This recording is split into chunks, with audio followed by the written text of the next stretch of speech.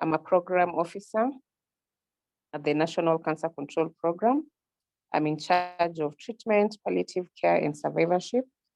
And today's webinar is on mental health in cancer care. So we know cancer has been on the rise in recent years. I believe we all know the statistics. Over 40,000 people are diagnosed every year. And out of that 40,000, 27,000 will actually lose their lives. So this is a very heavy disease. It's heavy on their families. It's heavy on their financial well-being. It's more so heavy also on their mental health. And that's why we're here today to just get some inputs on how, as healthcare workers, can we support our patients? How can we support their families in this cancer treatment and care? And even as ourselves, as healthcare workers, how can we take care of our own mental health? Because the more we see these patients, we are definitely bound to feel something. So welcome for today's session. So we'll start with Gladys Mkosi. So Gladys is a palliative care nurse at the Kenyatta National Hospital. She's been there for a while. So Gladys, you're welcome. You can introduce yourself and take us through your session.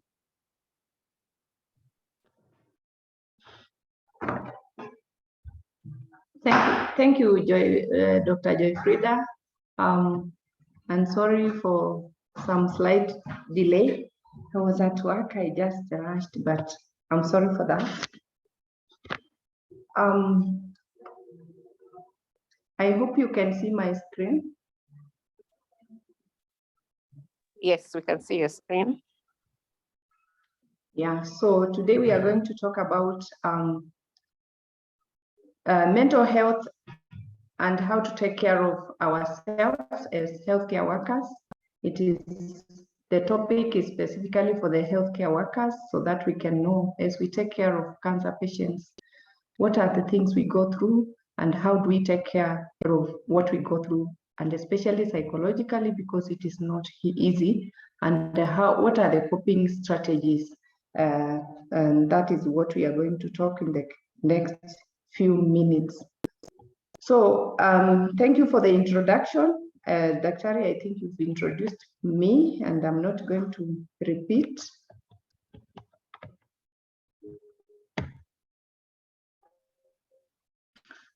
So the objective of this presentation is we need to understand what causes us work-related stress, or we understand what causes us burnout syndrome, and then we outline ways of managing and coping with it.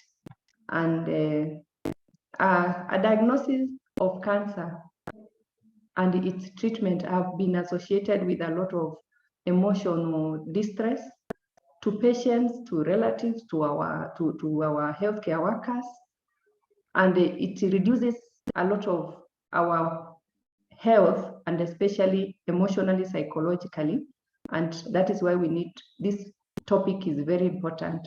So healthcare team caring for patients with cancer can experience that significant stress in response to what their work is. Taking care of a patient who is dying, because most of our patients are in end of life, and their families, means sharing a painful experience. And occasionally that burden can start affecting us. So research is still limited when you are searching for information about who is an area where we need to engage, and especially for the scholars to do some research to show us how are we supposed to cope with work-related stress. But it makes sense before we talk about what makes us unhappy at work.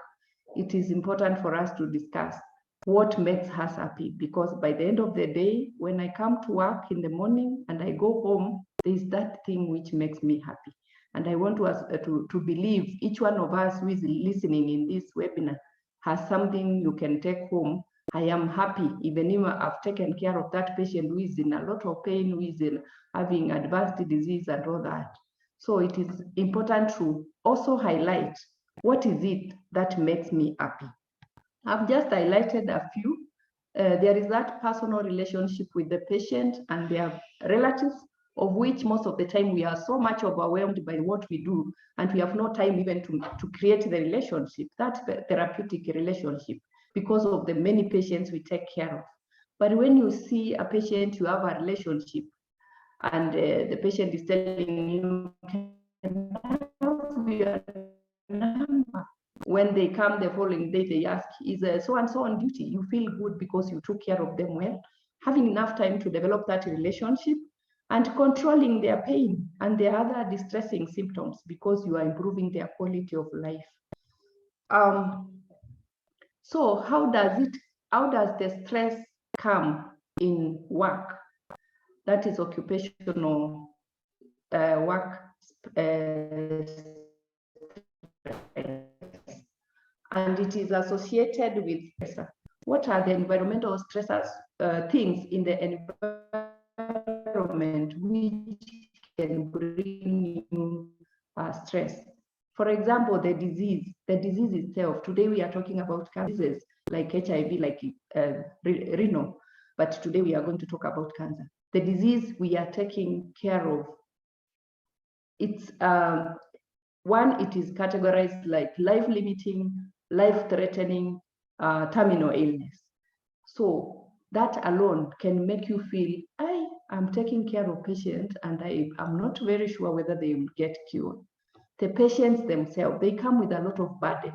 They come with a lot of stress because of the disease they are going through. And the family members, remember, they are so anxious. Occupational role. Sometimes we are working, we don't know whether you are the team leader, you are the nurse, you are the palliative care nurse, or you are the doctor, and you are doing so many roles. Work environment. Do we have equipment? Do we have drugs when they come to our hospital? They are supposed to come for chemotherapy. Do we have all those drugs? So you get stressed because you are telling a patient, we don't have this, go and get it that way. Go and take it from this hospital. All these things can get people stressed. There is personal stressors. They demand some degree of stress. Studies show that men don't talk about their issues. So maybe they are very much projected to get stressed. Alas, they have our personality.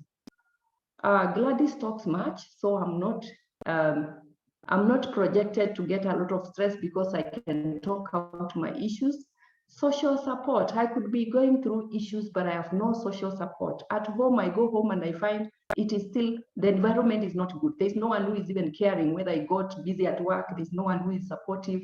I'm also having issues at home and all these things. Previous stressors. Maybe I'm taking care of this patient who has this disease, cancer, and I have a patient, a sister who passed on 2 months ago of the same disease. I have not dealt with mine. And other concurrent stressors. I could be dealing with this patient, and in my home, I have psychosocial issues. I have my relationship with my people is not good. Maybe my husband, all these, my children, and all these things. So with the time, this stress becomes intense, and coping strategy fails. You are not able to cope anymore, and it starts manifesting, as you can see in this box. So the manifestation, it can be physical, psychological, or behavioral. So what are we saying? That whatever we have seen in that diagram, the personal relationship with the environment now manifests and brings out the stress, work-related stress. So in that model, job stress is seen as a result of interaction between the personal and the environmental. And when the stressors exceed person's ability to cope, it leads to burnout. And you will see people walking in the corridors saying, I think I'm going through burnout. I think I'm going through burnout. So what is burnout?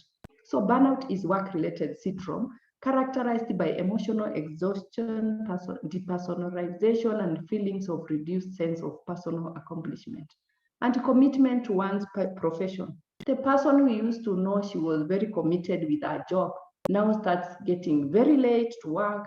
Patients are waiting for this doctor for so long, and then you start wondering, he used to love his job, what is happening? And this burnout affects patient care. And it starts when you work in this field of cancerology and you have a lot of expectations and you have a lot of energy. You have just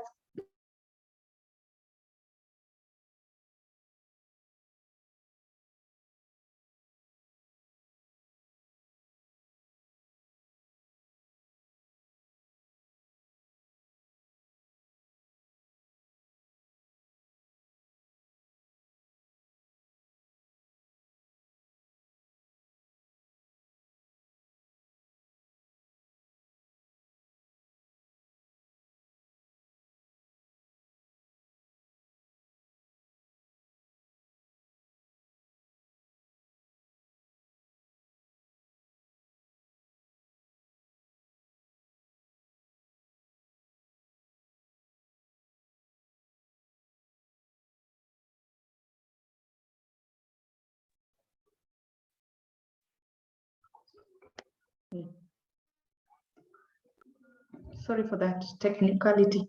So you expect people, a lot of expectation to you start working. You expect your employer even to appreciate you, but there is no one who is seeing how you are putting a lot of effort.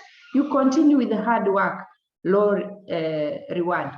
You increase your effort, there is low reward. You are doing so hard, you are working so hard. Even the patients, they are not even saying thank you. They are not even saying, "Ay, that good doctor." Instead, they are just complaining, "Oh, today you've really taken a lot of time." So you continue, and then you start getting tired mentally, physically, and you start getting physical exhaustion with mental exhaustion. And later, you will feel like you are collapsing and you collapse. And it is true, people can really collapse. So this collapsing is exhaustion emotionally. So what are the indicators that someone is getting into a burnout? Burnout is common in caring profession like ours, healthcare workers. It saps our energy. It leaves us feeling hopeless and powerless and resentful. You don't feel like working. You don't feel anything is good.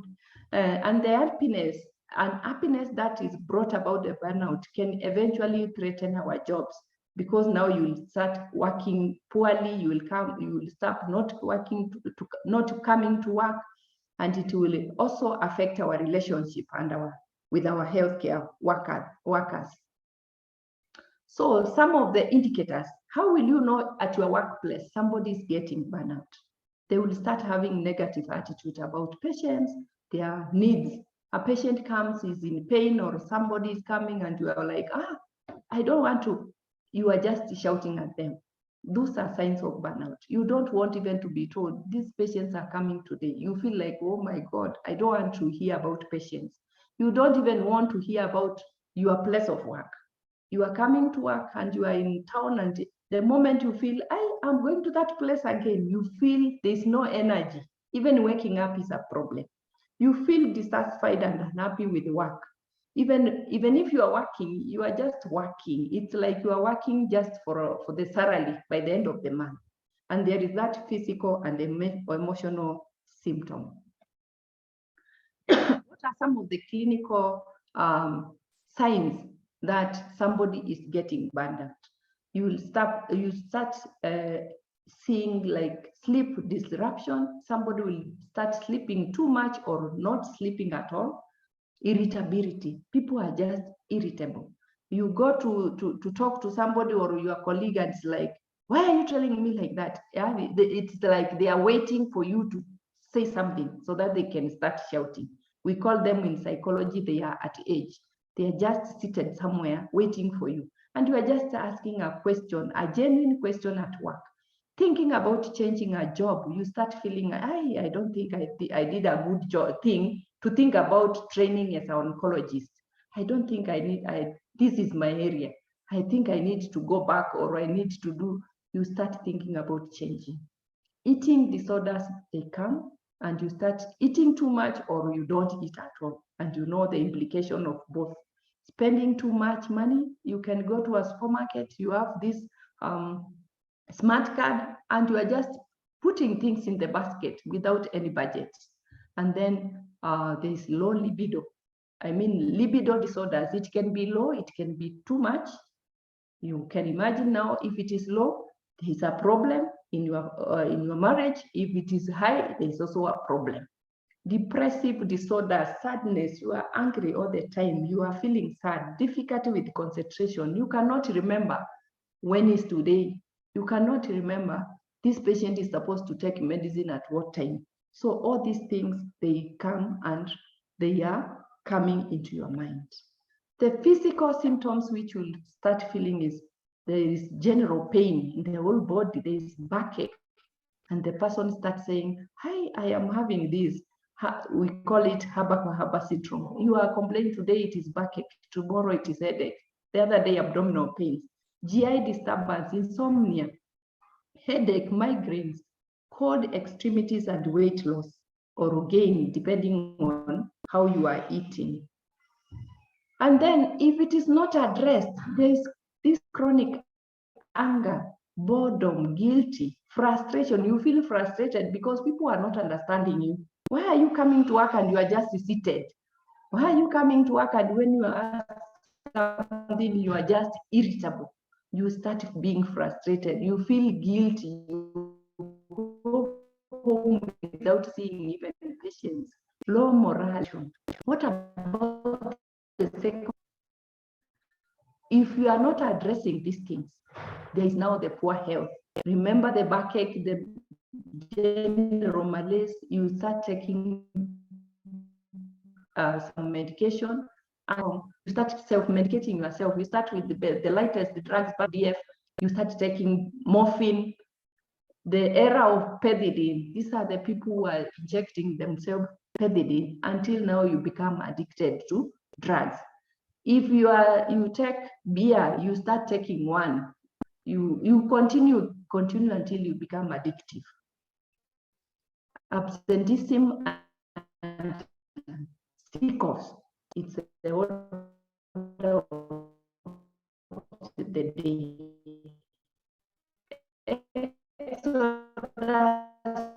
To less stressful organizations. You start with therapy wrong ones to the wrong patients, medication, the patient, and they are like, oh, what is wrong with this?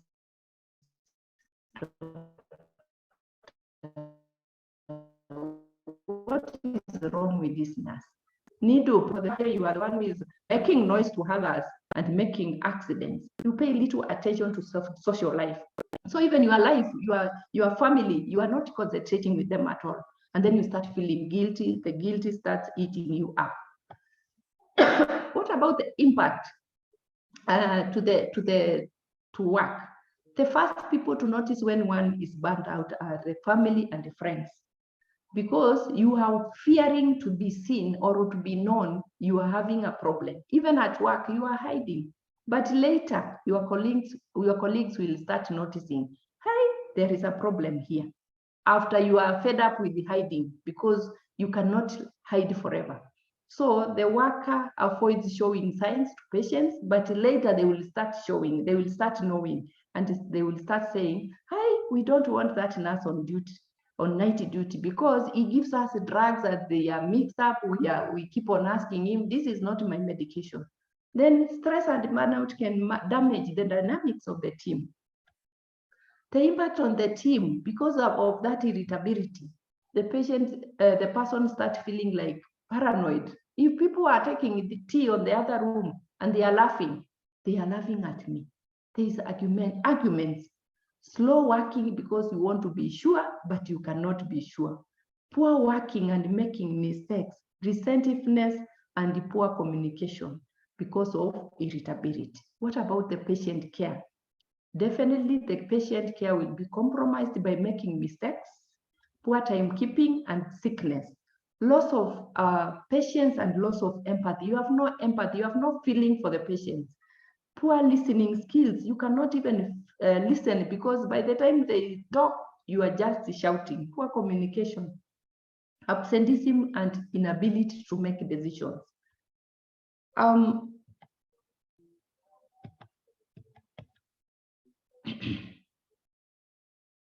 So now what do we do? Because that is a major thing we are talking about today. How do we address it? Self-care is the only solution. Remember, the person you are caring for depends on you to get well or strong. So looking after your own needs isn't selfish. Some people think when I'm taking care of myself, I'm so selfish, or people will start saying, you love yourself. Love yourself, my sister and brother. So self-care is important because it prevents burnout and builds resilience. So caregivers remain healthy, happy, compassionate, even in the face of ongoing suffering. Even if you are seeing these patients are so much suffering, there's a lot of stigma, you remain strong and you have energy, you can move on. So some of the tips we have to highlight in self-care is celebrate success. No matter how small it is success. Sit down at the team and say, you remember so-and-so you took care of? That patient who had this and that. I imagine I met him in town. He greeted me. It is success. Celebrate it. Schedule some self-care time. Make time for yourself on a purpose. Stick to that time. Take at least one short self-care break each day. At least 30 minutes or 15 minutes. Sit at a corner just alone and feel yourself alone. It will make a difference to your sense of well-being. It can be just as simple as making a space for a cup of tea in the evening after work. You pass through a Java and take a cup of coffee alone, and you are just seated there. You are thinking about nothing other than yourself. Set boundaries. Don't feel like you can say yes to every request of everyone. Sometimes you can be everywhere at your place of work. You are being told, can you give this? Can you do this? You can say no diplomatically. Delegate, take care, trust them. Some people think, if I'm not there, work cannot continue. No, it can continue, because if you don't take care of yourself, you will fall down and the work will continue tomorrow. Identify external resources like trainings, what we are doing here, CME, support groups, supervision, yourself for supervision. Go and say, I think I need care. I think I am not doing well. I don't sleep well. I'm thinking about my patients. When I go home, I'm just thinking about that patient who came and was all this and that. Take care of yourself. Go for supervision. Develop and maintain interest outside working area. If you sing, music, art, dance, there are those who like dancing. Just go out and dance. Literature, read, recreation. Those women, you can join women groups, and nowadays I hear there are many groups. You go out, you eat nyama choma, you contribute money, you make jamas, and all these things. Peer support. Let us support one another. If I see you have changed your dressing code, nowadays you are sagging and you never used to be like that. Call me and ask me, Gladys, are you okay? Take care of one another. Peer support is very important. Prioritize enough high quality sleep to protect your mental health, your mind, and that is why God created day and night. At night, we need to sleep. Get enough sleep. Non-job related social interactions at your place of work, even if the employer is not going to support team building, can you contribute some little money and go to somewhere, you just release yourself, you have fun. Acknowledge your feelings. If you feel you are going down, acknowledge and seek help, but you are in a crisis. Some people, they feel bad, but are you sure you're okay? I'm okay. You will collapse. You will feel like no one is caring. Look after your health. Be fit to care. If you are not well physically, are we physically fit? Do we exercise? Occupational safety. Our environment, is it safe? Do we go for screenings? We have been talking about screening cervical cancer this month, cervical cancer. How many have gone for pap smear? Are we fit to care? Vaccination. We have talked about vaccination. During the COVID-19, I learned very much. I learned that most of the people who are against the vaccine, let me not say most, they were healthcare workers. When the community is saying that COVID vaccine will make many what and what, healthcare workers are also joining. Are we vaccinated? Eat well, stay hydrated, and limit caffeine and sugar intake. Spirituality, develop spiritual resources and socially make time for family and friends. When everyone else is tired and has gone out of you, your family will always be there. When you have been sacked, because now at last, if you are not taking care of yourself, it will be sacking. Your family, your husband, your wife, your children will always be there. Make time for them now. Emotionally, practice relaxation exercises, stress management, acknowledge and process grief if you have gone through and a loss and grief, that is. Regular exercise, recreational, will help you unwind what is going through your mind. Find sport you enjoy like yoga, walking, cycling, swimming. Over the weekend, go for swimming. This releases endorphins and the head space that energizes your body and focuses in your mind. Enhance quality teamwork. Quality teamwork. When you are working together, the work is lighter, not the way you can say, no, she's going to work alone today. To see 80 patients, how? And these patients are coming with complex issues. Psychosocials are so much in cancer care. And then love what you do. If possible, do what you love. If you feel this is not my area because it is really going to weigh you down, you can change. It is not cast and thrown. So love what you do, and if possible, do what you love. Accept what is beyond your control. Some things we want to change. You go to the hospital where you work, you want to start a wound clinic, you want to start a pain clinic, and there's no, the management is not supporting you. Accept what is not, it is beyond your control. Just do what you can. Give your best at that particular time. The state of affairs of the institution, you cannot change this big hospital. When other coping mechanisms fail, caregivers sometimes choose to leave the work situation, either to change job or occasionally leave the profession. Yeah, we've seen patients, we've seen people change. Even doctors change. They can just decide, let me not go on that side. I want to become a researcher. Let me go this side. Nurses change from nursing. They go to become social workers. So you can change your profession.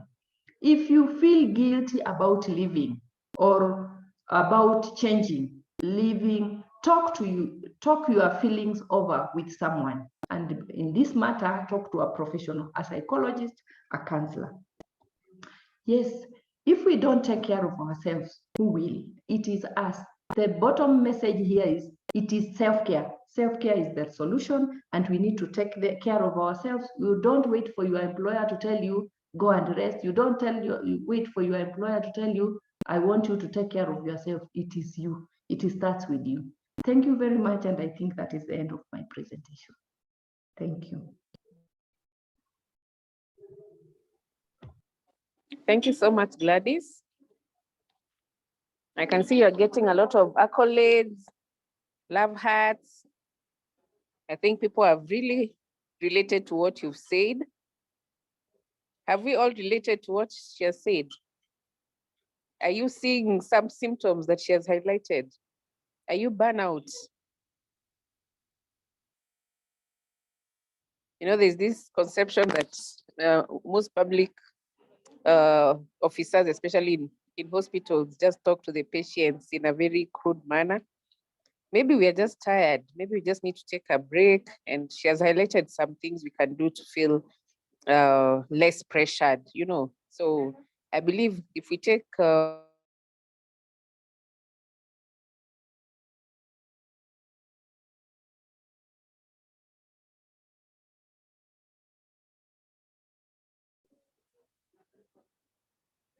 we'll have Dr. Jacqueline Anundo up next. So something brief about Dr. Jacqueline Anundo. So she's a registered clinical psychologist with over 15 years of experience in mental health treatment, training, and research. She's the founder and clinical director of KNH-UoN Wellness and Psychosocial Support Services, a mental health consultancy which offers the following services: addiction screening, placement and treatment, mental health assessment and treatment, mental health talks and training, mentorship, career coaching, and research. Jacqueline is the current executive secretary of ISOP Kenya chapter. She has published 6 journal articles in the area of mental health. She has a PhD in clinical psychology from Daystar University, Kenya. She holds a Master's of Science degree in clinical psychology from the University of Nairobi, Kenya. She's an international certified addiction professional from USA, as well as a global trainer. In her free time, she enjoys game drives, traveling, swimming, music, and trying out new recipes. So we're in the right hands of a professional mental health expert. So Dr. Jacqueline, welcome. People are already very excited to hear from you. So take it up. Thank you. Thank you very much for that wonderful introduction. And thank you very much, Gladys. That was a wonderful presentation. Indeed, it's important for all of us to take care of ourselves as we also take care of our loved ones and our patients. Please go to the next slide.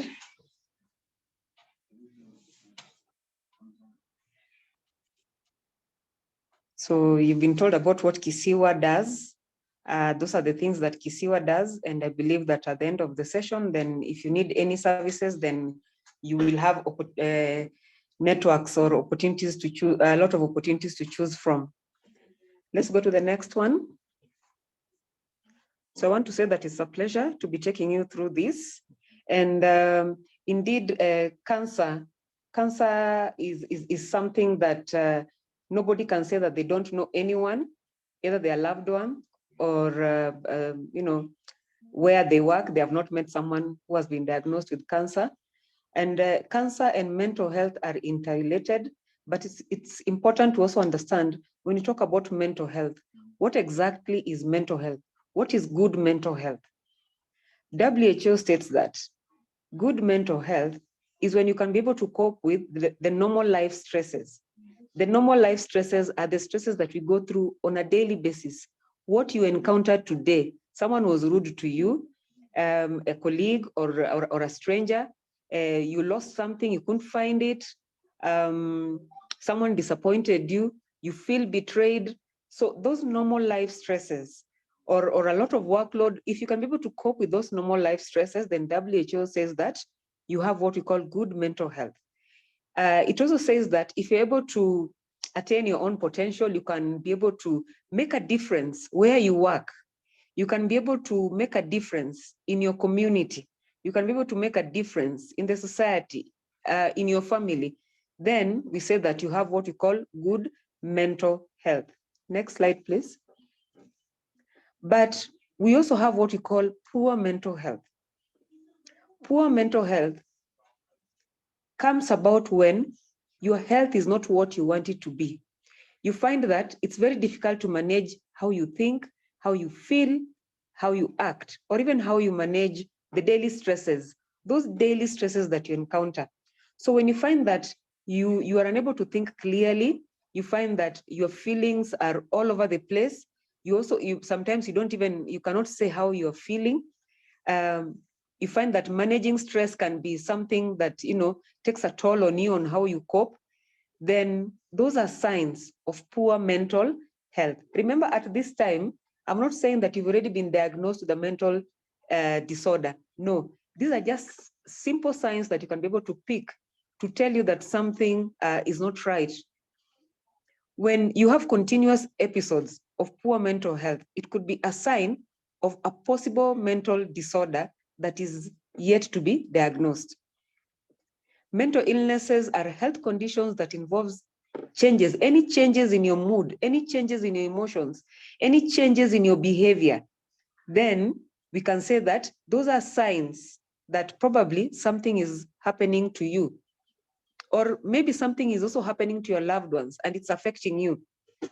So mental illnesses are associated with distress and or problems of functioning in social, work, and even family activities. So you can't find that when you have a poor mental health, only work is affected. When you have poor mental health, all these areas will be affected. Your social life, your work life, your family life, your family activities will be affected.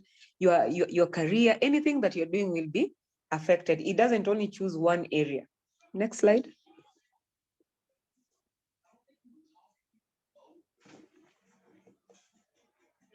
So, what are some of the early signs of poor mental health? When you find that you are eating too little or not eating at all, or even eating excessively, sometimes we do what we call stress eating. It means that you are eating without being conscious of what you are eating, how much you are eating, and even what you are eating. So you find that you end up gaining a lot of weight. So if you find that you have significant weight gain over a very short period of time, then again, it's important to ask yourself, what is happening to me? Why am I gaining a lot of weight over a short period? Maybe that is a way of coping with the kind of stress that you are going through. When you find that you're either sleeping too much or sleeping too little or not sleeping at all, your sleep pattern has been distorted. Again, that is a sign that you should not ignore. Sleep hygiene is very, very important. We are told that we are supposed to sleep for 8 hours. I know many of us in our careers, we can't remember the last time we slept for 8 hours, but at least try whenever you can to be able to sleep for those 8 hours, or at least do 6 hours, so that you can be able to have what we call good sleep hygiene. When you find that getting out of bed is a tall order, you can't get yourself out. Remember, at night, you are struggling to even sleep, to get yourself into bed. In the morning, you are struggling to get yourself out of that bed. You have low energy. You are not motivated to do anything. Again, that is a sign of, early sign of poor mental health. When you've become indifferent and people around you tend to think that you are someone who has no feelings. You don't love, you don't hate, you are just there. When you find that you are starting to experience, emotions of just being there, because you cannot be able to put your finger on it, on exactly how you are feeling, then it means that you become indifferent. And when people become indifferent, it means that they're trying to numb their feelings, or they're trying to numb their emotions in order to avoid feeling pain. Sometimes you have gone through multiple losses. And when you hear of another loss, you find that you don't feel, you want to numb your feelings so that you avoid feeling the sadness, the pain that new loss presents to you. Or maybe it's at the workplace. You find that you're dealing with, very heavy patients and or complex patients. And this is a day in, day out situation. By the time, you are going home, you're tired, the following day you come back and repeat the same routine over and over. At some point, you'll become indifferent. And people will start saying that, I don't want to be seen by that particular health worker, because they feel that maybe you have an attitude, but maybe it's not an attitude, it's just that you've decided to numb your feelings, you've refused to feel the pain. When you find that you keep taking pain medications for different aches here and there, you have these constant headaches that are not going away, or back pains, and they are not, when you go for investigations, nothing is found, then again, that is a sign that you are having poor mental health. Then when you start feeling like life is not worth living, when you start feeling useless and you use words to describe yourself, I'm just stupid, I'm useless, I feel so hopeless, life has no meaning anymore, why should I even struggle? When you find yourself having such negative talk, then it's also a sign of poor mental health. When you find that you are smoking more than usual, you are drinking more than usual, or you've started drinking and yet you are not drinking alcohol before, then again, that is a sign that you have poor mental health. Or maybe you're using alcohol to help you sleep. Then again, that is another sign that something is happening in your life. Next slide, please. When you start also feeling like, you've become forgetful. You're in a meeting, you're in some forum somewhere, and after that forum, you find that you cannot remember what was said, or even what was said in a meeting, or even a phone call. When you are asked, so-and-so called you, what did so-and-so say? I can't seem to remember. You cannot remember immediate events. So that is also another sign. You're on edge all the time. You're angry. You have these anger outbursts. Yeah, someone will ask you something very simple, and the way you respond in a very angry manner. Yeah. Maybe you find yourself sometimes also participating in road rage, removing your hand, showing hand gestures at motorists who are upsetting you. So you find that you're just upset all the time, you're irritable, you're worried. Yeah, all those are signs that something is not right. You find that you're yelling all the time at your colleagues, at your family, at your friends. Maybe you've even started getting into fights with them. Again, that's a sign. When you find that you have intrusive thoughts that you cannot be able to, to deal with, thoughts that just keep coming. Anytime you're seated somewhere quiet, these negative intrusive thoughts just come. Yeah. So that's also another sign. When you find that you're experiencing mood swings, at one point you're feeling happy or you're just okay, and at another point you're just feeling sad. Sometimes you feel teary and you can't even explain why you are feeling that way. Again, that's a sign. When you see things or hear things that other people cannot hear or see, that means that you are hallucinating. When you are talking to non-living things and they're talking back, again, that is another sign. I remember during COVID period, there were a lot of cases where people, during the lockdown, people were saying that non-living things in their houses were talking back to them. Yeah. So these are just signs of poor mental health. Thinking of harming yourself or even others is also another sign. And by the time you're thinking of harming yourself or even others, it means that these feelings, these signs that I'm talking about have been persistent for a certain period of time.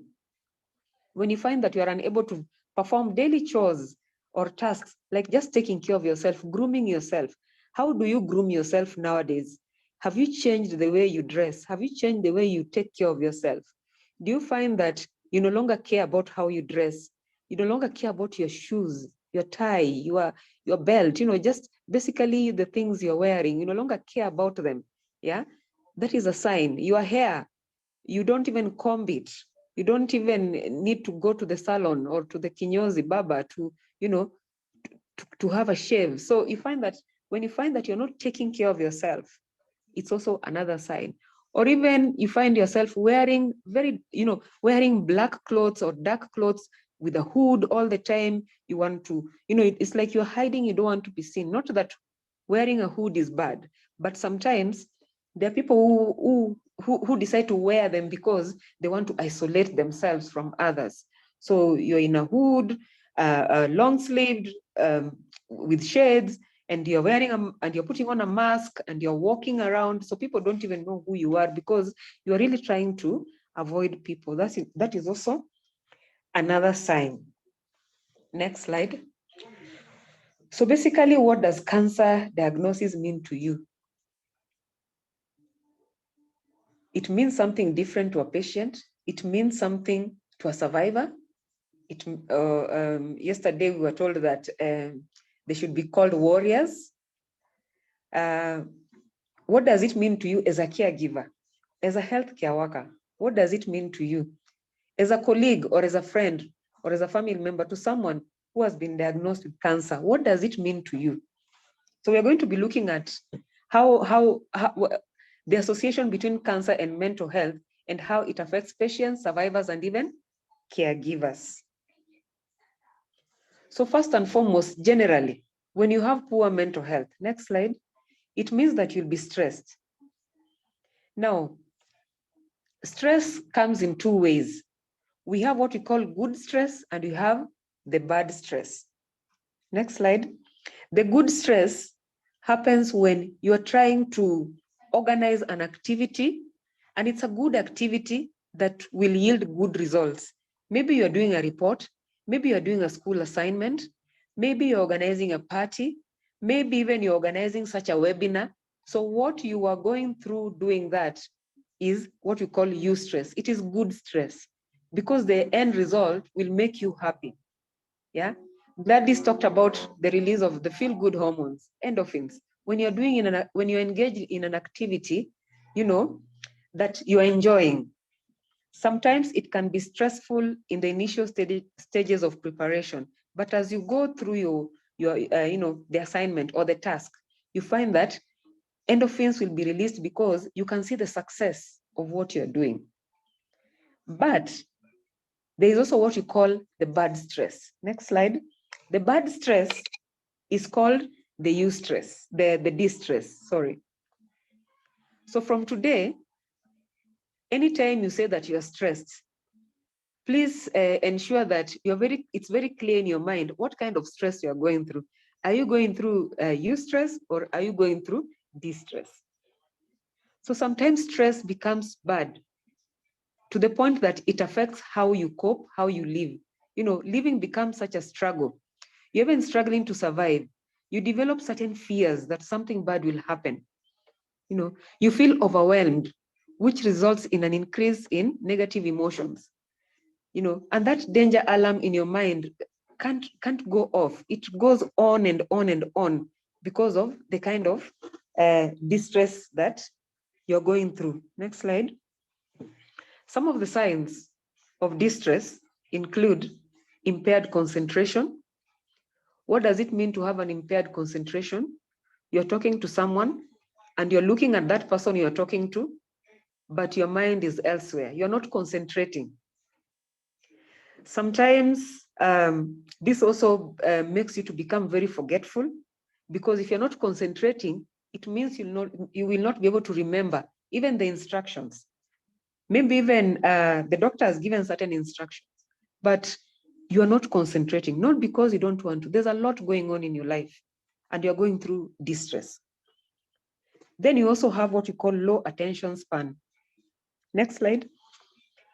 You have negative thoughts that are running through your mind, and these thoughts are quite intrusive. Yeah, they don't seem to go away. And these thoughts have a very bad habit of coming at night when you're supposed to be sleeping or resting, or when you are supposed to be resting. It's your day off. That is when these thoughts just come. And you know, when your mind is occupied with a lot of negativity, it means that how you think about yourself will be on the negative side. Your self-image will be impaired. Your self-esteem will be low because there's a lot of negativity around you. Even when someone is coming with a good idea, you will say that one will not work. That cannot work. You are always, on the defense. When another sign of distress is, having a pessimistic outlook of life. You're like, why should we even plan this life? After all, we're all going to die. Why should we even make goals? So your outlook of life becomes very poor because of what you're going through. You have poor decision-making skills, and you find that this makes you to be accident prone. You find you're making a lot of mistakes, more mistakes now than you used to make before, because of that impaired concentration, the forgetfulness, the low attention span, poor decision-making skills. Sometimes if you're driving, you find that you want to make a right turn and then something tells you, no, just go left. and you may find yourself causing an accident because you're not concentrating. You feel hopeless and even helpless. So what are some of the causes of stress? Sometimes even you as a healthcare worker, your loved one, or even yourself may be diagnosed with a chronic or a terminal illness. Next slide. And here you are also taking care, giving care to someone who is also terminally ill. You find that most of the time it's very difficult for you to be able to concentrate on what you're doing because you're overly worried about your loved one, or even you yourself who has been diagnosed with a chronic or a terminal illness. And then financial constraints. Making ends meet sometimes can be a challenge. And you find that you're supposed to go to work, smile at the patients, take care of them, but at the back of your mind, you don't even know how you're going to pay your rent, how you're going to be able to survive through the month, how you're going to pay school fees for your children, how you're going to be able to sustain yourself. Yeah. So you find that all these things, all the financial constraints will present you with a lot of distress. And what are your expectations of life, your career, your family? What about if you've been diagnosed with an illness? What is your expectation? So sometimes it's important for us to be able to manage our expectations so that we can be able to deal with what we are going through. But sometimes it can become quite overwhelming. Sometimes maybe you are the only one in the family who everyone is looking up to. Your parents are looking up to you. Your siblings are looking up to you. At the end of the month, you're receiving a lot of requests for financial support, and yet you can also barely support yourself. So all this can cause a lot of distress. Sometimes you could be a perfectionist and you want things done in a particular way. And you have colleagues who are not doing things in that manner. So they may irritate you. And you find that this can also cause a lot of stress. Lack of assertiveness, which also Gladys talked about. If you're the kind of person who cannot say no, you're always saying yes to everything, then it means at some point you'll be overwhelmed because you'll not be able to manage all these things that you're saying yes to. Sometimes it's important to be able to understand your limits. What are your limits? So that you can be able to say no to certain things. Be assertive. When you've tried to achieve a lot of things and most of these things, you've been failing at them, you find that you have what we call poor sense of achievement. That is likely also to cause you a lot of stress. When you're going through relationship conflicts, you've not been talking to your partner or your spouse for a certain period of time, you go to the house and people are not talking to each other. You are at your workplace and you're expected to perform productively the way you've been performing, taking care of patients, talking to the significant others or loved ones, giving information, writing reports, doing what you're supposed to do. And yet at home or with your partner, things are not working, or even within the family. There are people who normally say that even the family has removed them from the WhatsApp group, or they're being discussed in the family, or they feel like they're the black sheep in the family. So sometimes all these conflicts that people go through can be able to result in stress. Sometimes also you could be going through major life changes, a new job, a new partner, a newborn. A newborn comes with additional responsibilities, yeah, transfer, or even losses. Sometimes you could have gone through 1 or 2 or even 3 losses. Sometimes the losses can be loss of loved ones or even loss of property. So all these things and many others that I've not mentioned can result into stress. Next slide. So it's important to be able to recognize distress in yourself. Look at your body. What is your body telling you? What is your body going through? Are you having those constant headaches? Yeah. Are you fatigued all the time? And sometimes you have no reason. You don't even understand why you're fatigued.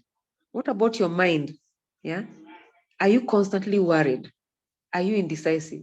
Are you irritated all the time? What about your behavior? Do you find that your behavior has changed over a period of time? It's not what it used to be. You are accident prone, you've lost appetite, you're drinking more, you're not sleeping. What about your emotions? Do you find that sometimes you can't wait to get out of work to just go and lock yourself somewhere? And during your free time, you just want to lock yourself away from everyone. Do you find yourself that you're teary all the time? So it's important to be able to recognize what is happening in your body. And again, children are not left out. So these are some of the signs that you look out for in children. Next slide. If you find that a child is overly anxious, a child is withdrawn, they want to keep to themselves, they don't want to play with others, then it's another sign. If you find that a child is complaining, of somatic symptoms, I have a stomach pain, a headache, I have this, I have that. You find that sometimes those are signs that a child or the adolescent is going through distress. Social isolation, suicidal ideation, academic difficulties, peer relationship frustration. A child who stopped bedwetting is now bedwetting, crying a lot or being clingy. Next slide. So those are some of the things that you look out for. So now, what happens when now also, taking care of cancer patients is involved. Taking care of yourself is involved as a healthcare worker. Next slide. So when a person receives a cancer diagnosis, it's very natural to experience moments of shock, denial, guilt, anxiety, sadness, and fatigue. So you find that sometimes all these symptoms that someone is going through can exacerbate the stress symptoms that I've just talked about. Already you had poor mental health. And on top of it now, also, this diagnosis has come in that you have to deal with. And sometimes that is what makes it difficult to be able to tell apart that this person is going through these symptoms as a result of cancer, or is this person going through these symptoms as a result of a mental health issue. Because fatigue, someone who is going through treatment could be fatigued. Someone who has a mental illness is also fatigued. And that's why sometimes it's difficult to be able to tell whether are we dealing with a mental illness or we're dealing with the effects of the treatment. Next slide.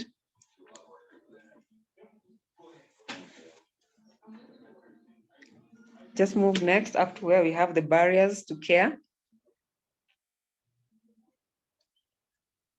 So cancer, depression and anxiety have what we call shared symptoms, which is what I've said, like fatigue, lack of sleep, decreased appetite, which can make recognizing mental health conditions difficult.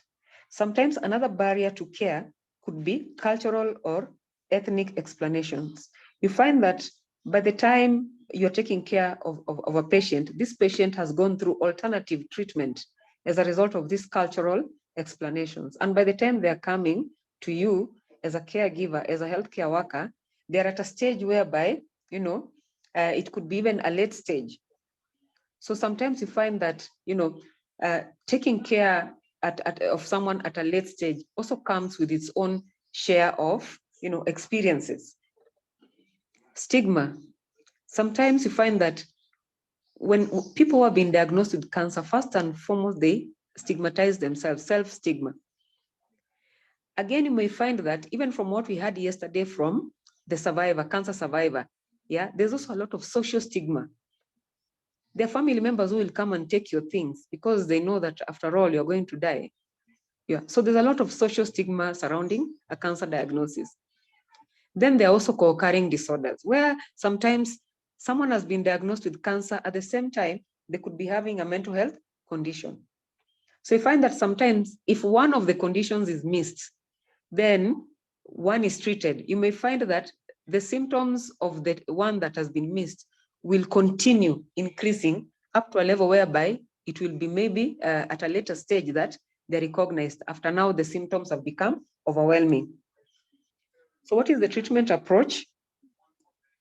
The treatment approach for a patient who has been diagnosed with cancer involves a multidisciplinary team, an oncologist, a nurse, a psychologist, a psychiatrist. It's a whole team, a nutritionist, other medical professionals. Sometimes also, the clergy here are involved, spiritual persons, social support. All these things, all these people are very, very important in order to be able to treat someone who has cancer. What about the cancer survivor? When you hear about a cancer survivor, next slide, what goes on in your mind is that this person, is very happy now. They no longer have cancer. There's a lot of triumph, less worry, less anxiety. But what you don't know is that this person has gone through all those signs that I talked about earlier when they were going through treatment. And the what if type of questions keep lingering in their minds. What if it comes back? So the what ifs can present a lot of worry, a lot of fear, and even dread. So sometimes if the survivors are also not, taken through a multidisciplinary approach kind of treatment, you may find that they may also develop PTSD as a result. And yet they are survivors. Next slide.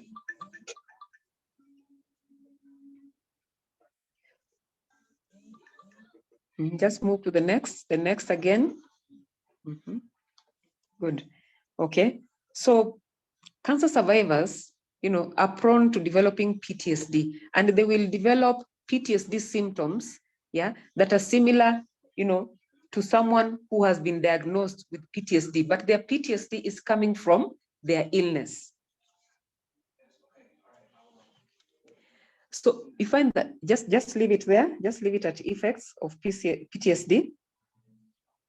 So people with cancer and cancer survivors who have PTSD and other psychological issues, they need treatment because this disorder can keep them from getting the needed tests or even follow-up care. Move to the next slide. PTSD can also increase a person's risk of developing other mental conditions. So we find that if this is not treated during follow-up, they may develop other, conditions because they go through all these signs and symptoms that you can see on the screen that I'd even mentioned earlier on. Next slide. Again, for review purposes, the survivor also requires a multidisciplinary team so that they can be able to get the much needed social support, the much needed treatment that they should get from the whole multidisciplinary team. What about caregivers? Let's go to the slide with caregivers. Now, caregivers here is where most of us fall, because a caregiver can be anyone, a family member, a friend, a healthcare worker. So all of us can fall under this space of caregivers. Next slide. So usually there are many causes of stress and distress in caregivers. Number one, the uncertainty of the future. Financial worries, difficult decisions, unexpected or unwanted life changes, because your life has changed because you want now you are supposed to take care of the person who is unwell. There's a lot of fear, there's a lot of guilt and confusion. There could be doubt, anger, helplessness. And you find that all this can take a toll on a caregiver to make them develop depression or even PTSD. How many times as a healthcare worker or as a caregiver, someone comes to tell you thank you? Most of the time, people who come to inquire from you are coming to inquire about their patient. And they don't know what you have gone through in taking care of this patient. And most of the time, you find also yourself being blamed. So you may feel unappreciated by the patient or even the family. But remember what I said earlier, this patient could be going through distress. So they're likely to have anger outbursts on you. They're likely to be irritable. Remember, even you, the healthcare worker, you're also going through your own issues.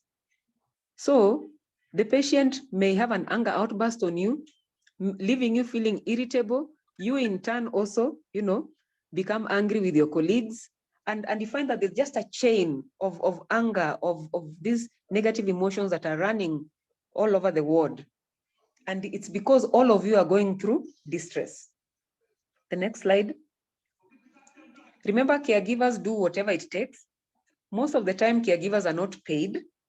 And even if they are paid, sometimes they don't have a proper job description because they do whatever it takes, including supporting while the patient is in hospital or even at home. So you find that most caregivers will shelve their goals in order to take care of a patient or their loved ones. Next slide. So what is the best treatment approach for caregivers? In addition to what Gladys said about self-care, it's important for you as a healthcare worker, try and do what you call self-assessment tests. There's a test called General Health Questionnaire. It's something that you can be able to Google and get it. It's a short questionnaire. I'll be willing also to share it with you. You can be doing that General Health Questionnaire every other time. It's a short one, just to check on yourself. How are you doing? Yeah. How are you doing? How are you coping? You've been handling patients throughout the week. You also have loved ones who are unwell. How are you coping? So it's important to do what we call a self-assessment.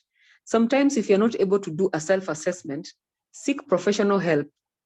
Go to a mental health professional to do for you the assessment, so that you can be able to do what we call a mental wellness checkup, just to check, and see if, your coping skills are okay. Yeah. And if they're not okay, then the mental health practitioner can be able to help you to cope better. Have some me time. When is the last time you had a meeting with yourself? In that meeting, did you have an agenda to discuss, what you're going through in your life? And after that meeting, it's always important to also have another follow-up meeting. So that me time is important for reflection, just to check in with yourself how you are doing. It's important also to have debriefing within the team at the end of a working day, so that you don't go home feeling, really low energy, in a low mood. Just talk about how the day has been. Yeah. Sometimes there are a lot of mortalities that have happened on that particular day. And of course, this will, affect you in one way or another. So just sit somewhere with your colleagues for a few minutes and just do what you call a debriefing. Just talk about the day, how it was, so that at least by the time you're going home, you're not feeling so alone. You're not feeling like you're blaming yourself. Maybe I should have done this. That patient, would still be alive. There are support groups that you can also join to be able to, to talk about issues that are bothering you. If you don't want to join a support group, you can do what we call personal therapy. It's important also to identify a self-care activity that makes you happy. If hiking makes you happy, go hiking. If dancing makes you happy, go dancing. Whatever it is that can make you happy, do it so that you can be able to be re-energized and go back to work. And lastly, social support. Social support is important for everyone.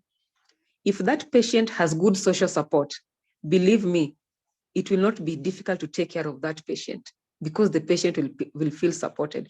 If that survivor has good social support, the survivor will feel, will be easy to review, because, a part of their mental health has been taken care of by the social support. If that caregiver feels that he or she has good social support from family, from friends, from colleagues, then it means that that healthcare worker can be able to work productively with that patient, with that caregiver. So all these people, they need care. A caregiver should not be left out, because a caregiver is assumed that this person has been trained to help the patient. Everybody needs support in one way or another. Thank you very much for listening to me. I will welcome any questions. I want to take this back to the moderator. Thank you very much. And those are the references you can refer to. Thank you very much. Thank you, Dr. Jacqueline. Let's have some claps, flowers, love hearts. I can see they're coming. I believe we've all really learned a lot. Thank you so much, Dr. I can see even from the Q&A, one of the questions is that they'd like the contacts for your facility. Is that? Yes, there was a question asking for your contact, so maybe we can leave the slide. There was a slide. Wow, thank you. The love hearts are coming in full swing, and the claps. Thank you. There was the slide that had the wellness details. Yeah. The last slide has the contact. Last slide, okay. Please go to the last slide. Yes. So that's the contact for the Kisiwa Wellness. Let it stay there for a minute so that people can take it down. Okay, there's a question about dealing with suicidal thoughts in clients on terminal care. And I will combine that with another one that was saying how a patient can get a diagnosis but refuse to start treatment. They go and come back when it's a bit too late. Yes, so maybe you can touch on the suicidal thoughts in patients on terminal care. What can someone do about that? Okay, thank you for the two questions.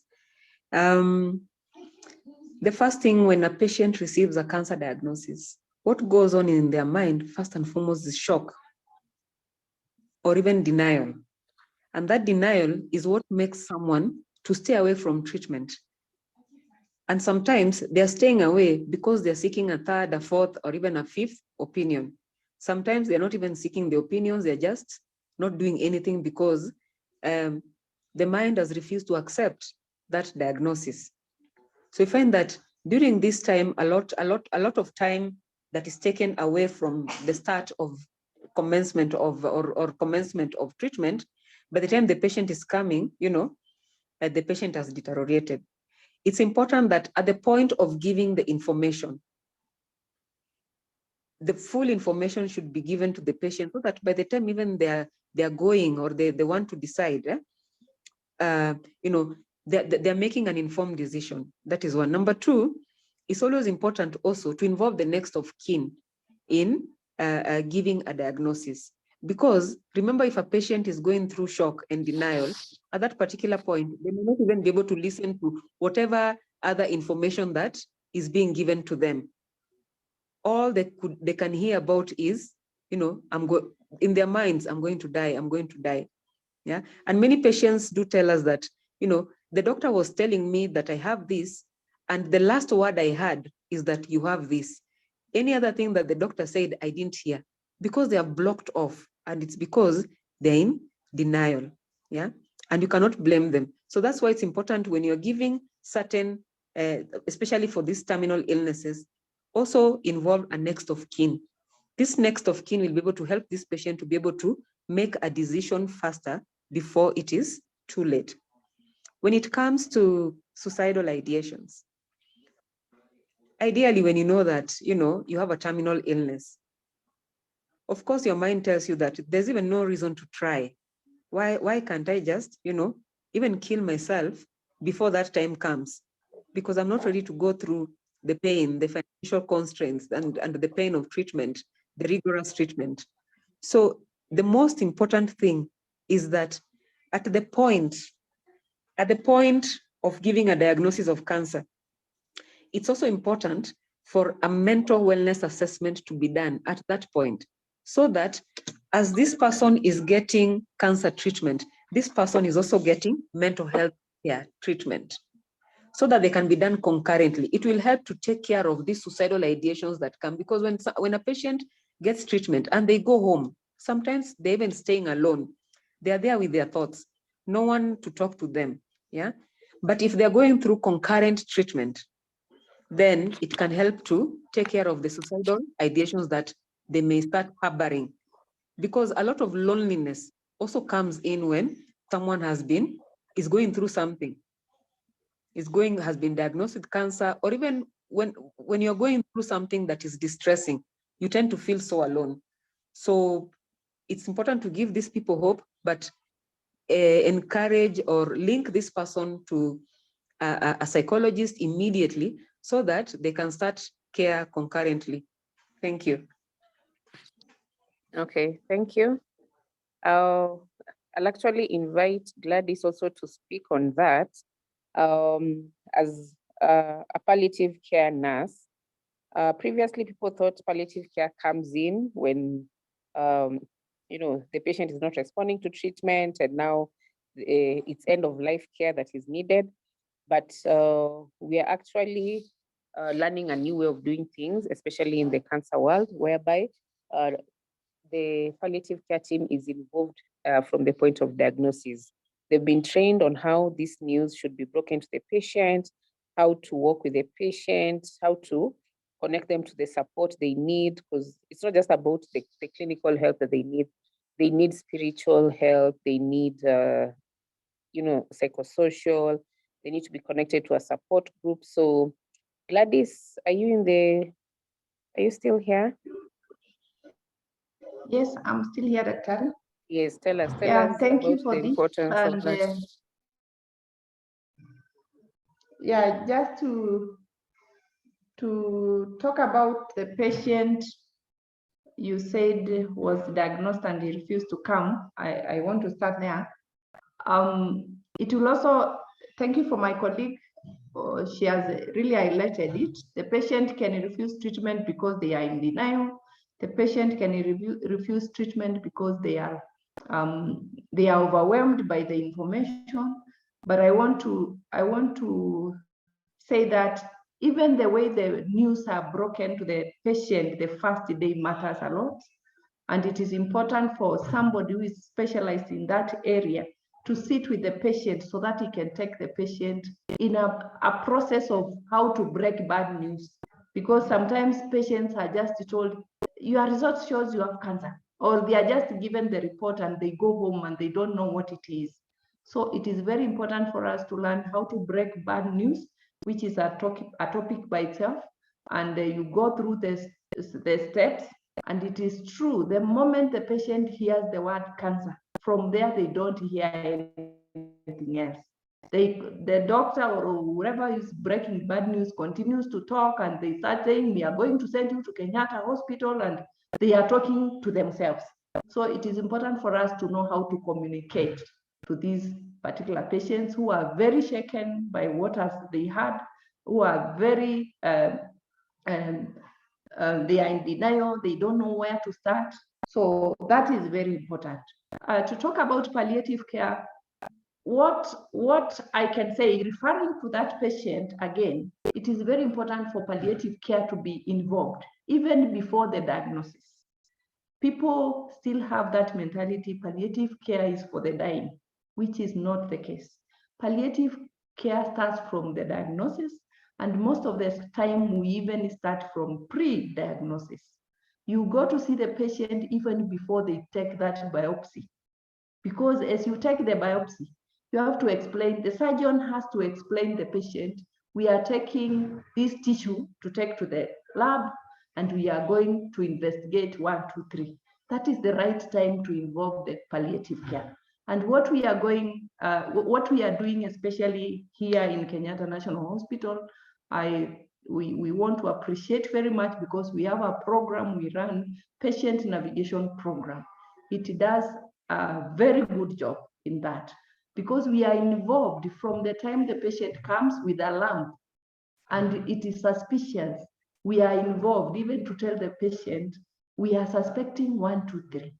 And when the biopsy is taken, we sit again with the patient and we tell them, we are investigating 1, 2, 3. So even the time the biopsy, the report, histology report comes and it is positive, you are now coming from somewhere where you started. You can tell the patient, you remember what we talked about? Now the report is here. And the report says 1, 2, 3. The impact is not as in when you are coming from nowhere, you have not been told of anything. The word cancer is coming today with this report. So you start very early. So when you start very early, you work with the patient. Now that the patient has been diagnosed, they go now to the oncologist. When they are seen by the oncologist, whatever they are going to plan, they give again to a palliative care nurse who is going to explain what we are going to do. We need to take you for several investigations. We need to take some x-rays, which we call MRI, because when you tell a patient, go for MRI, what is this? Patients, they don't know all these things. These are medical terms. So we sit with them again and explain, what is an MRI? What is it for? Is it going what is it going to see? We are going to stage your disease. And when they bring back, again, the oncologist will see the patient, and then they will be put on treatment. When they are prescribed that treatment, again, the palliative care nurse is involved to sit with the patient and explain, what are these terms we are hearing about chemotherapy, radiotherapy? Because they might hear radiotherapy. And you know, when we are talking about radiotherapy, in Kiswahili, our patients, we are Kiswahili speaking, we tell them, tutaanza kuchoma wewe. And then the patient disappears because they think they are going to be put in fire. So if you don't communicate well, the patient will always disappear. So you have to sit with them, tell them radiotherapy is a machine, just like an MRI or a CT scan, where it is going to radiate those cells, and it is going to kill the cells. Chemotherapy is like this. And if in case of anything, I'm there with you. I'll be working with you. So you reassure the patient that you'll be working with them, because they feel at one point you will abandon them. So you work with the patient, that explaining every step. And once they finish the treatment, you are there telling them, now you are another phase of treatment, which Dr. has just said, survivorship. They are wondering, how am I going to live? If they go and they feel they have gotten cured and they don't come for follow-ups, at one point, anything can happen. Remember, one of the risky factors of getting cancer is having a history of cancer. So if they get another cancer or they get a recurrence, and you have not told them they will be following a clinic, that is another thing. So you have to explain to them, you will be coming to see the doctor after every 3 months, after every 6 months, so that they can detect anything. And then the patient goes knowing, and this is what you are going to expect, and this is what we are going to expect. So the patient knows that when they are shedding out the air, they are changing color, they have already been explained. But if they go for chemotherapy and the first day they see they have no air, the patient will start saying, I'm not going again. So that is what we do in palliative. Okay, thank you, Gladys. The palliative team really does a great job. We've seen that there's a big difference when the patients have the palliative care team come in at an early stage. They are able to come back and maintain their treatment schedules. They're able to get answers, because we understand the doctor is really overwhelmed with the long queue that they have to clear, so they may not have time to go through everything. And that's why we're saying we are working as a team. The doctor does their part, the palliative care comes and does their part, the psychologist is also involved. So yeah, we can all do something. Okay, so there's a question about a staff who breaks down anytime a young client is diagnosed with cancer. It even becomes difficult for such staff to break the news to the patients. So I think now this is about how the healthcare workers become really affected by their patients. So Dr. Jacqueline, maybe you can give us some inputs. Yes. Yes, this particular staff needs to be assessed, because we don't know the underlying issues. Probably maybe the staff has had an experience with a child, either of their own or a sibling, or a child that they nursed, and those memories still linger in their mind. So when they encounter another child, then it triggers what they first experienced. And for healthcare workers who are taking care of very sick patients, in this particular case about this staff, children, you find that maybe at some point this particular staff suffered from vicarious trauma. Vicarious trauma comes in when you continuously experience painful events. Painful events could be in form of, seeing how children are suffering, a lot of mortality for children, and that can present a healthcare worker with what we call vicarious trauma. Vicarious trauma has similar symptoms to PTSD. So anytime this staff encounters a child, then this staff is triggered. So such a staff may need to be engaged with a professional in order to seek help. And again, that is why, if I may repeat, debriefing, particularly in the cancer and burns unit, cancer wards and burns unit, is very, very important, because this is where we have very high rates of mortality. And the healthcare workers who work in those units, they need to have a debriefing before they go home, just so that you can be able to check, how are you doing? Today, you lost 2 patients, 3 patients, 10 patients. Your other patient is not doing well. How are you doing? Because sometimes you go home and you have these intrusive thoughts about the patient that you left in a bad condition. So it's important for this staff to be helped. But again, just know that when you're experiencing certain negative emotions, when you're handling patients, it could mean that you're being triggered as a result of what you experienced with the earlier patients. Thank you. Okay, thank you. So this, Maybe I can also, yes, Gladys. Daktari, I can also add on that. Yeah. Yeah, I also wanted to say something about that person who is experiencing distress when she's taking care of a child or a young person. Maybe Dr. Jacqueline, you will also agree with me. Maybe she's also going through a counter-transference. Counter-transference in a manner that maybe she has children who are the age of this patient. And when you are taking care of this patient, you are feeling like you are taking care of your own child. But what I can advise that particular person is you need to separate issues, because if you come to work, like us in palliative, we go through that a lot. But when I was young, I didn't know how to separate, and I used to wonder, you people, how do you separate these things? When you come to work, you carry so much. You don't go home feeling like, if you see a woman, you feel like this could be my sister, or this could be my husband, or something like that. So you need to separate issues and feel like these are patients, they are not like your child who is at home. Even if my child is 12 years and I'm taking care of this girl who is 12 years, you would be feeling like, oh, the age of my daughter. So she needs to know how to separate issues from that, so that she doesn't go through that counter-transference. Thank you. Okay, so I'm seeing we are getting a lot of interest in this topic. So I know what to end at 3:30, but let's stretch it just 2 more questions, then we close. Gladys, there's a question about how to deal with burnout if you have a patient recuperating at home. I know that's a very touchy issue. What do we do?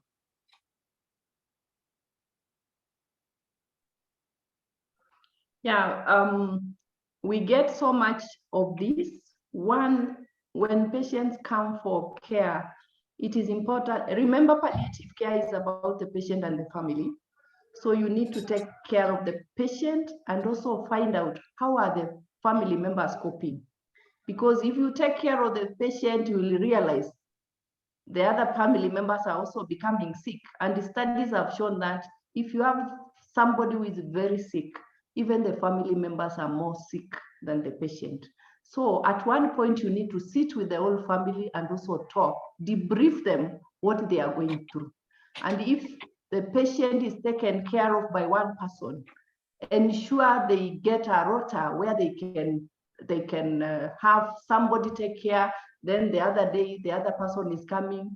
Otherwise, if you are going to sleep with that patient as today, you are the one who is in that house, tomorrow, then for a whole month, there is likelihood of getting burnout. Let the family have a rota of exchanging or getting a break so that they don't get too much of work. Okay, and I believe if maybe they cannot have a rota, perhaps they can engage a nurse who can come in to take care of the patient, or even take the patient maybe to a hospice, a place they can get care. Yeah, there are many options. Okay, there was a question about disclosing terminal illness to the mentally ill. I think we've already discussed that there are professionals who should be involved in disclosing these issues. So a psychologist in the facility or a palliative care team will actually be helpful in that. So Dr. Jackie, someone was saying that these symptoms that you've listed there of issues to do with mental health, it seems most of us would tick some boxes. So maybe you can speak on that. Must we be worried if we are ticking one or two boxes? And you can connect that to another question about, can we see a therapist, a therapist who is not a medical psychologist, yeah? Is it useful to seek therapy, even if you're not feeling, worn out? At what stage should we seek therapy, and must we just get it from a professional doctor, or we can also get from the other certified therapists? Yeah. Okay, yeah, thank you for those questions. You can get therapy from any qualified psychologist. It doesn't have to be a medical doctor. It doesn't have to be someone who has done medical psychology or clinical psychology or counseling psychology alone. Any qualified psychologist is equipped with skills to be able to take anyone through therapy. So feel free to seek for their services. Number two, if you've ticked those boxes, even me as a professional, if I'm sure if I'm to take that assessment, I'll be able to tick some of those boxes. What those signs are there for is just for you to be able to identify whether something could be happening to you. It does not necessarily mean that you have a mental illness. It only means that you could be having poor mental health as a result of whatever it is you're going through. It can be a work issue, a career, a career issue, a spiritual issue, a personal issue, a relationship issue. It can be in whatever sphere, but it only means that something is happening to you. Now, when those signs are ignored, that is when they turn out to become illnesses, because now they impair how you function. But identifying them is very important. So don't be scared, even if out of 10 questions, you've ticked 10, So don't be scared. So feel free to be able to just check out those signs of poor mental health to help you to know whether something could be happening to you. It has also helped many to be able to get a correct diagnosis of mental disorder that had not been diagnosed. So please feel free to just go through that checklist. I want to believe I've answered all the questions. I feel as if there's one more that I've not touched. Could you? No, you've actually answered. I've answered all of them. Yeah. Okay. That tool that you said we can should assess. What was the name of that tool? Maybe we can. It's called General Health Questionnaire. General Health. There is also a burnout tool that you can be able to, to just download and just fill. I can be able to share with Kenco some of these tools so that you can put them on your website, and then anybody who wants them can be able just to download and just do a self-assessment. Okay. Yeah. So I think we've covered everything. So maybe closing remarks, Dr. Jacqueline, what would you want to leave the team with? Okay. First and foremost is to thank the organizers for organizing this forum, a forum of learning. Learning never stops. And from the questions and the comments, you can see that we are still more eager to learn. And I believe that this will continue. So I want to thank the organizers and even the participants for being active participants in this. Number two, learning can only be effective if whatever you learned can be implemented. So share whatever you have learned in the last 2 days or in this particular day with others who have not had the benefit of learning some of these things. There are many people out there who don't have the opportunity of understanding what is going on within them, and they're going through a lot of confusion and making a lot of mistakes. So let us also share knowledge. Let us utilize whatever we have learned here to better ourselves. And most importantly, let's normalize this conversation of mental health so that we can stop the stigma that surrounds mental health. Feel free to say that after I've had an appointment with the doctor, I'm going to see my psychologist. Normalize that conversation. It is only when you and I start to normalize that conversation that everybody else will feel that it is very normal to seek help from a psychologist. And it will help to do away with the notion that if you're seeing a shrink, as they call them, it's because you're unable to manage yourself. Or some people think that now you have gone insane. It is not the case. So let's normalize this conversation. And remember, it doesn't mean that when you're going to see a psychologist or a mental health worker, it's because you are unwell. Sometimes people, the same way you go for annual medical checkup, we also have people who come to us for a mental wellness checkup. So just make an appointment to be getting these checkups often so that certain issues can be arrested earlier.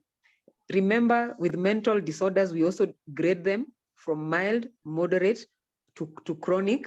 So if it is arrested at the mild stage or moderate stage, then talk therapy can work. But if it moves to the chronic stage, then it means that a more advanced kind of treatment, which may require medication, talk therapy, and a multidisciplinary team may be required.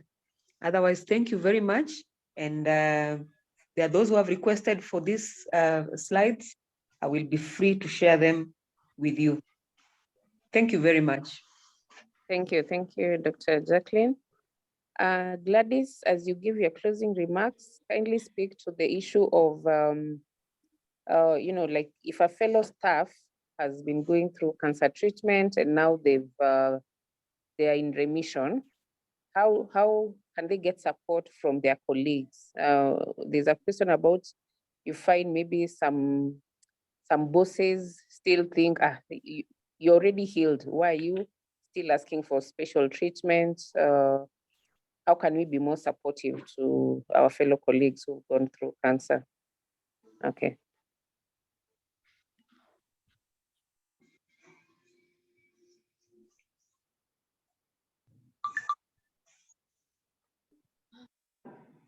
Gladys.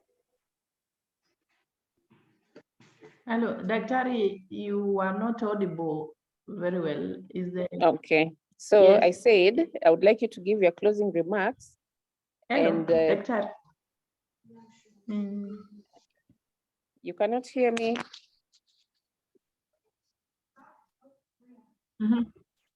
Okay, I'm saying, can you hear me now?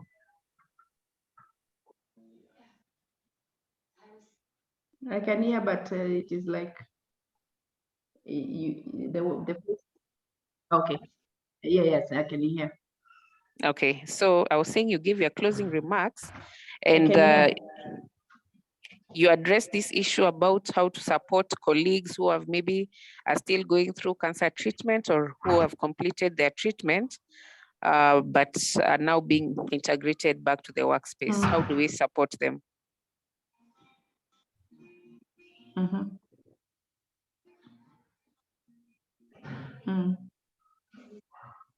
Okay. I think I've gotten you. What we need to do to support.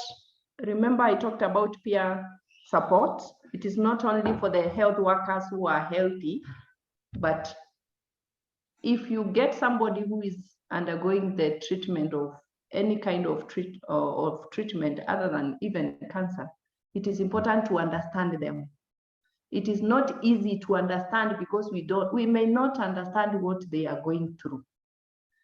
The bottom line here is, as health workers, because I know majority of the people who are in this meeting are health workers, remember self-care.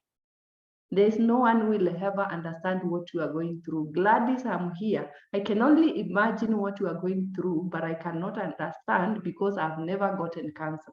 So as much as I'm telling you, do this because I think you've already gotten chemotherapy, you've already gotten radiotherapy, and you are cured. It is not that I am intentionally mistreating you, but it is you who knows what you are going through. So it is okay for you to, if you feel you are not going in line with the current supervisor who is telling you, giving you duties which you cannot make, you can go further and tell your other boss to change you from that workstation to go somewhere else, because this one might not understand. And I've seen that a lot in my work area. There are so many people who are going through such, but when they finish treatment, they in charge things. She's now okay, she can do night duty. What? Survivorship, they are still having those nightmares at night. When they feel pain on the back, they are like, cancer has come back. So we need to support them. We need to facilitate. Us as palliative care department, we can also facilitate for you to talk to your bosses if you feel you cannot talk on your behalf, so that you can be taken somewhere lighter, where you can go and get light duties. However, it is good to have that mentality. Even if you go there, people will not understand you. I did not know until one of them told me, Gladys, let me tell you, as much as we feel they know what they are doing, the in charge could be very kind and tell you, don't work, don't go to the patients, just write duties, do the light duty. But the other staffs are the ones who are complaining. Now this person is just here and adjusts 2 duties, and we think we are 5, but if we are 2, we better be 2. So people will not understand you. It is about you. Take care of yourself. Go to people who can understand you, like in palliative or in psychology, mental health. They are going to help you how to navigate these things. My parting shot is I want to thank the organizers, KNH Research, Dr. Joy Frida for good moderation, and my co-presenter. Thank you so much, Jacqueline. And my parting shot is, health workers, we just need to take care of ourselves. Let us not continue working, we just work until you find yourself in a hole where you cannot remove yourself. We've seen people go into drug addiction, they are addicted to pethidine, they are addicted to all this manner of things, not because they wanted, but they found themselves with the backache, which is not explained. Please take care of yourself before you reach there. The parting message is there, self-care. Thank you very much and have a nice evening. Yes, thank you so much, Madam Gladys, for your words and also your input from your presentation. This is Nelson from KNH Research. I would like to thank all of you for joining us today. And just a couple of updates. We've received a couple of questions on CPD, both for NCK and for the PPB. The portals were down, but we have been informed that they've been back up. For PPP, we'll let you know once we have uploaded the events, and you can subscribe for the events for the particular sessions, and then we'll send you the tokens. For NCK, your council, or rather the nursing directorate from the hospital, will be able to send the CPD points for the past sessions for this year. So kindly check your email in the probably this week or next week. You should have received the CPD points. Tomorrow we'll be having a session on Kenya health laws with one of the drafters from our judiciary, and we'll be taking a look at the history of the medical laws in Kenya and also the status we are at right now. So thank you once again all, and mine is to wish you a wonderful afternoon. Okay, so this webinar was brought to you by Kenco, courtesy of Janssen Pharmaceuticals. So thank you all for attending. Let's remember to fill up our cup. Don't be too worn out by taking care of everyone and not taking care of yourself. Just like you need fuel in your car, you also need fuel in your body. And this includes also men. I think men have been noted to not seek help, especially mental health. But we are seeing a lot of problems in families, a lot of anger issues in our families. So kindly let's fill up our cups. Let's take care of ourselves, go for walks, go for healthy activities, team building in your work sessions, and just ensure you're getting good sleep, avoid drug abuse, everything that we've been taught from this session. So thank you all. We shall see how to make this more frequent. We've seen the request to have more sessions on mental health. So we'll take that up. Have a good evening. The meeting is adjourned. Thank you.